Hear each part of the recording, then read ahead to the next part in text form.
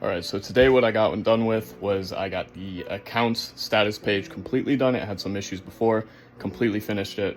I got Mac, a DMG file made, so now we have Mac as a distribution. I got to hook up the Apple account so that we can actually sign it and have it so there's no warning issues when we go ahead and let people download Mac. There's not going to be a pop-up. And then besides that, we did some optimization to the dashboard page because it was having problems with scrolling, which was some DOM tree issue with the code, with JavaScript. So we figured all that out, got all that done, made some progress. Mac coming soon. We'll catch you.